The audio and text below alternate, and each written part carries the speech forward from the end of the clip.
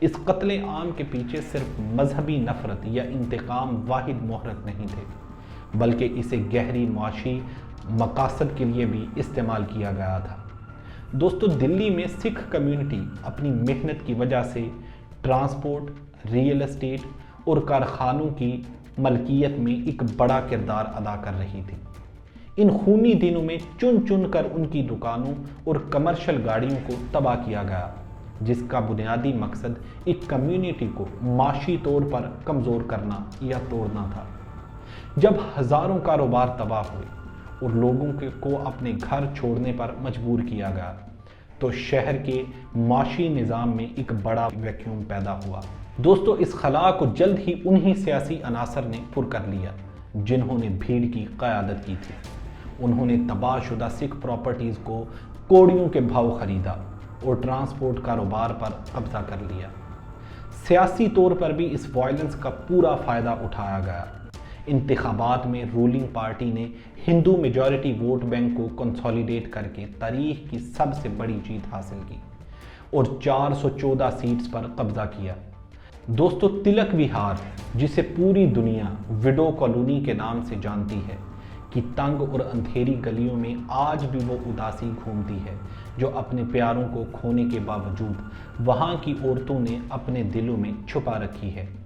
دوستو، ان خواتین نے اپنی آنکھوں کے سامنے اپنے شوہر اور بیٹوں کو جلتا ہوا دیکھا اور پھر ساری زندگی اس سسٹم سے انصاف مانگتے ہوئے گزار دی جس نے ان کی سنوائی کرنے سے انکار کر دیا۔ رنگا ناتھ مشرا سے لے کر ناناوتی کمیشن تک سرکار نے متعدد تحقیقی ادارے بنائے، لیکن ان سب کا مقصد صرف وقت گزارنا اور اصل قاتلوں کو بچانا تھا۔ قانون اور نظام کی ناکامی کا اس سے بڑا المیہ کیا ہو سکتا ہے کہ اتنے بڑے قتل عام کے ماسٹر مائنڈز کبھی کٹہرے میں نہیں پہنچ پائے۔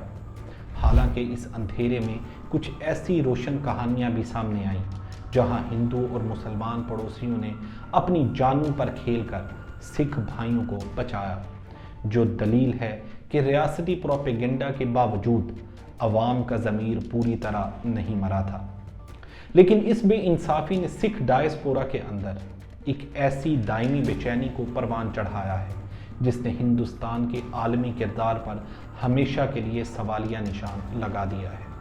آج جب ہم اس واقعے سے 40 سال آگے کھڑے ہیں تو اس نسل کشی کا سایہ داخلی سیاست اور عالمی سکھ ڈائسپورا پر کہیں زیادہ گہرا محسوس ہوتا ہے۔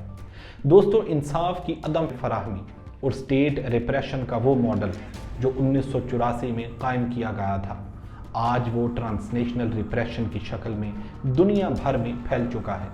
کینیڈا، امریکہ اور برطانیہ جیسے ممالک میں سکھ ایکٹیوسٹس کے خلاف ہونے والے حالیہ کوورٹ آپریشنز، اسیسینیشنز اور انہیں آتنکوادی قرار دینے کی سٹیٹ سپانسرڈ ڈس انفارمیشن کیمپینز اسی ماضی کی ذہنیت کا تسلسل ہیں۔ دوستو، ہردیپ سنگھ نجار اور گرپت ونت سنگھ جیسے اہم کرداروں کے قتل یا ان پر حملوں کے جو الزامات حال ہی میں سامنے آئے ہیں، انہوں نے ویسٹرن انٹیلیجنس اور عالمی برادری کو ہلا دیا ہے۔ ماڈرن جیو پولیٹکس میں اب ریاست اپنے مفادات اور مخالف آوازوں کو دبانے کے لیے ڈیجیٹل مینیپولیشن اور ڈپلومیٹک پریشرز کو استعمال کر رہی ہے تاکہ ان آوازوں کو خاموش کیا جا سکے جو اب بھی انصاف کی مانگ کر رہے ہیں۔ یہ صورتحال اس بات کو واضح کرتی ہے کہ جب تک ماضی کے گہرے زخموں پر سچائی کا مرہم نہیں رکھا جاتا، وہ ناسور بن کر ریاست کے مستقبل اور اس کے عالمی کردار کو مسلسل انفیکٹ کرتے رہیں گے۔ جب ہم تاریخ کے اس سفر، اس کی سیاسی اور معاشی پیچیدگیوں اور اس کے عالمی اثرات پر غور کرتے ہیں تو مستقبل کے حوالے سے کئی سنجیدہ سوالات ابھر کر سامنے آتے ہیں۔